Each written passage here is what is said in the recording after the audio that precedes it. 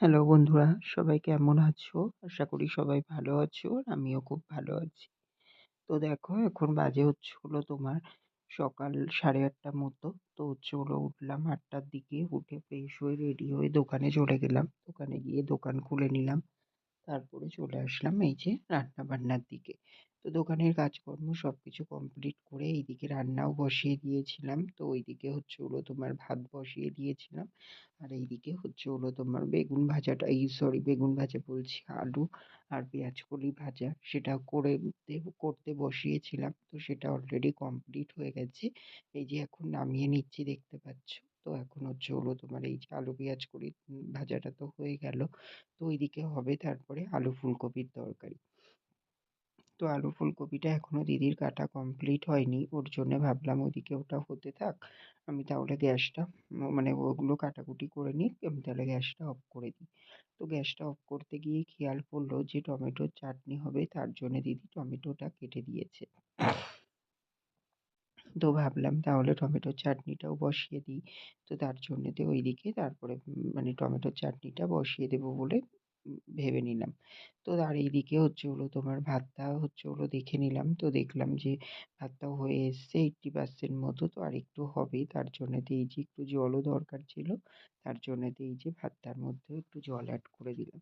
তো এইবার এইদিকে গ্যাসটা একদম স্লিম করা আছে। তো গ্যাসটা আস্তে, আস্তে ভাতটা আস্তে, আস্তে এদিকে হতে থাক। আর ওইদিকে আমি ওই যে বললাম তোমাদেরকে টমেটোর চাটনি করে নেব।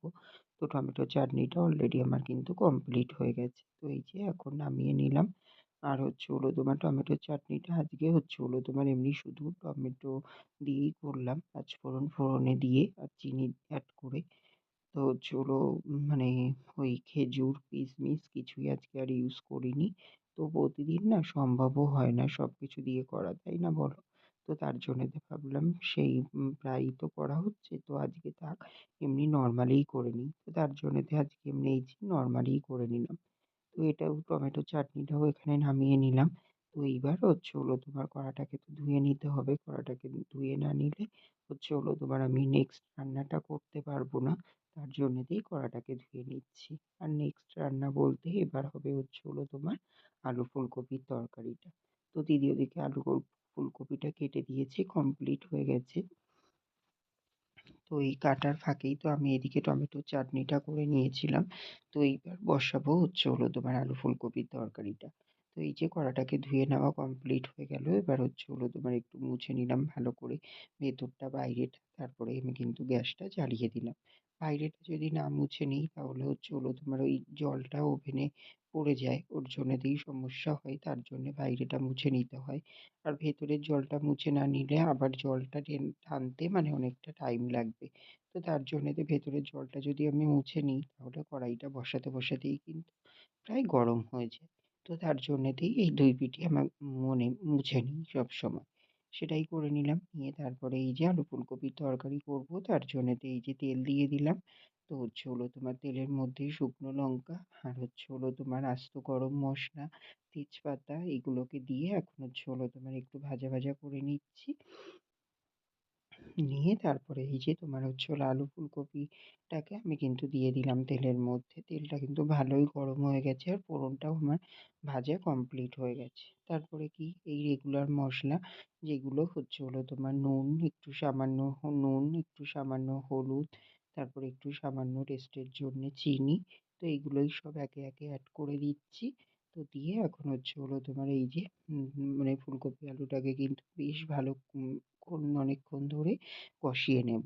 না কষিয়ে নিলে তোমার বেশ ভালো করে না মুছলে না তরকারিটার টেস্ট আসে না। তো ওর জন্যেতেই এই যে তোমার আর একটু তোমার ওই যে আলুর দম মসলা ছিল দেখলাম ঘরে।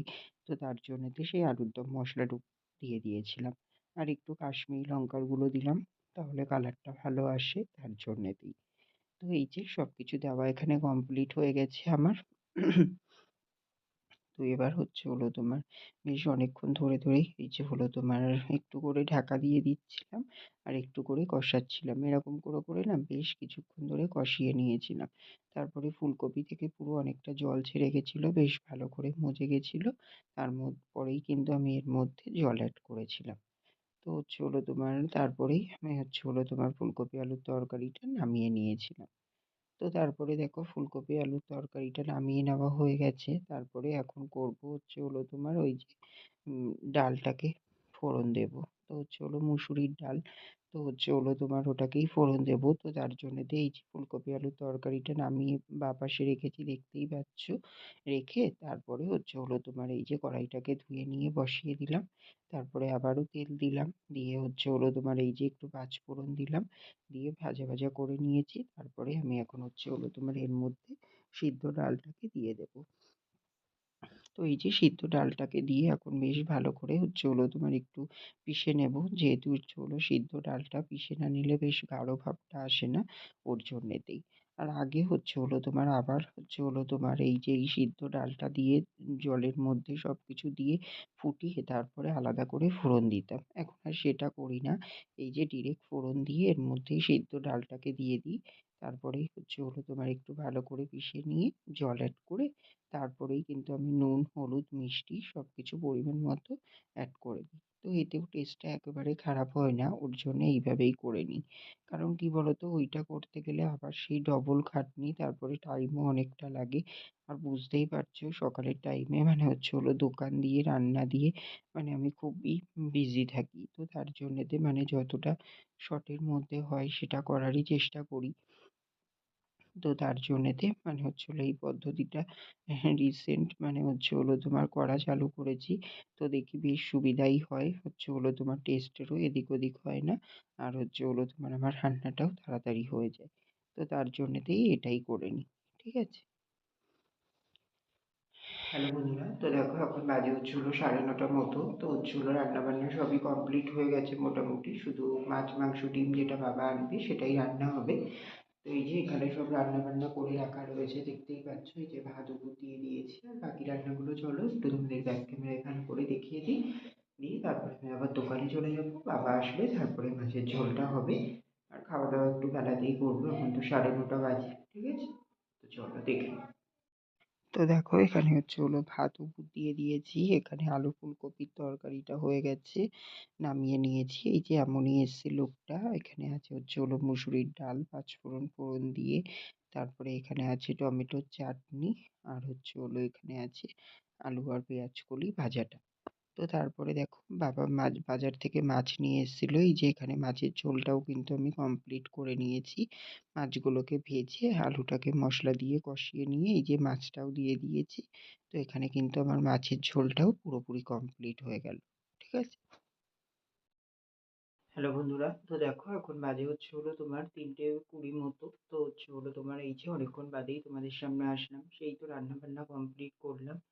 করে নিয়ে তারপরে হচ্ছে হলো তোমার খাওয়া দাওয়া করেছিলাম। তো খাওয়া দাওয়া করেছিলাম হচ্ছে হলো তোমার ভাত আর ওই যে কালকে রাত্রিরে আলুর দম করেছিলাম। তো সেটাই ছিল কিছুটা। তো কিছুটা দিদি কিছুটা আমি নিয়ে খাওয়া দাওয়া করলাম। তো খাওয়া দাওয়া করে তারপরে হচ্ছে হলো তোমার দোকানে ছিলাম। তারপরে 1:30টার দিকে দোকান বন্ধ করে গেলাম বাজারে। দোকানের মাল আনার ছিল, মাল আনতে। তারপরে বাড়ি আসলাম। বাড়ি এসে চান করে ঠাকুরের পুজো দিয়ে নিয়েছি। তারপরে এই যে একটু বেরোনোর আছে, তো তার জন্যেতে এই যে রেডি হয়ে নিলাম। তো এই যে জামাটা আর এই যে প্যান্টটা পরেছি, তো এখন রেডি হয়ে নিয়েছি, একটু বেরোনোর আছে ওর জন্যেতে। আর এইটা বেরোবো যে আমার কোনো প্ল্যানই ছিল না। তো হুট করেই হচ্ছে হলো তোমার বেরোতে হচ্ছে, এবার জানিও না। এই যে বাজার থেকে মানে যাচ্ছি তখনই শুনলাম যে বেরোতে হবে, ওর জন্যেতেই এই দেখো এসে তাড়াহুড়ো করে রেডি হতে হলো। তো খাওয়া দাওয়া করলাম, করে এই যে রেডি হয়ে নিয়েছি। খাওয়া দাওয়া তো নামেই জাস্ট মানে ওই দুটো ভাত মুখে তুললাম এমনই বলতে পারো।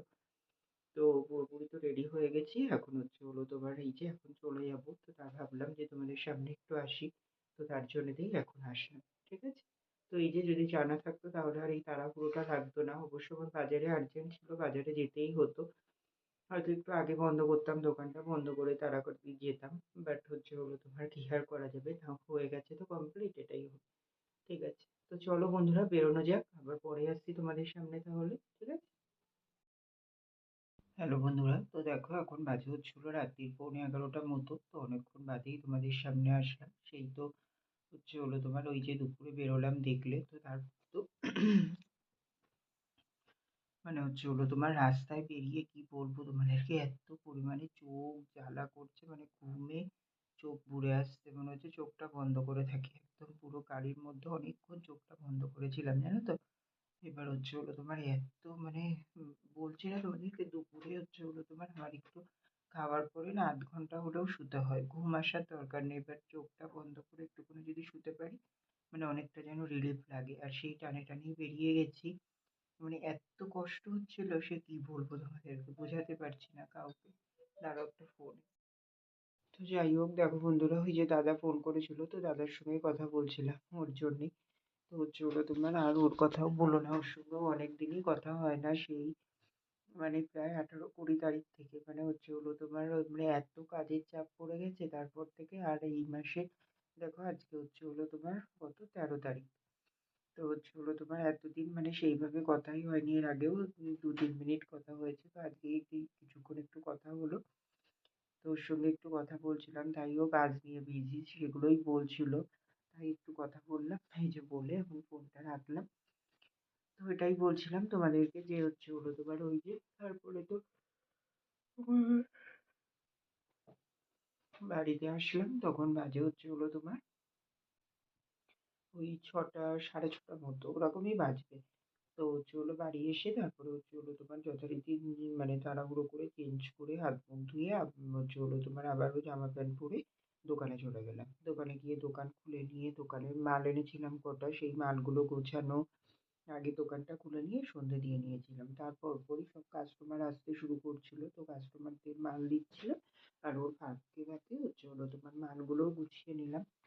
তো মাল-টাল গুছিয়ে নিয়ে তারপরে রাতের খাবার বানানোরও ব্যাপার আছে। তো রাতে আজকে আর কিছু বানাতে আসিনি। কারণ যেহেতু ওই তখন দোকানে গেছি, তারপরে এমনি অলরেডি কাস্টমার আসতেই থাকছে পরপর। তো তখন তো আর হচ্ছে হলো তোমার আসাও সম্ভব না। তো তার জন্যেতে ওই রাত্রিরে আসার সময় ওই ইপি নিয়ে এসেছিলাম। ইপি আর ডিম নিয়ে এসেছিলাম।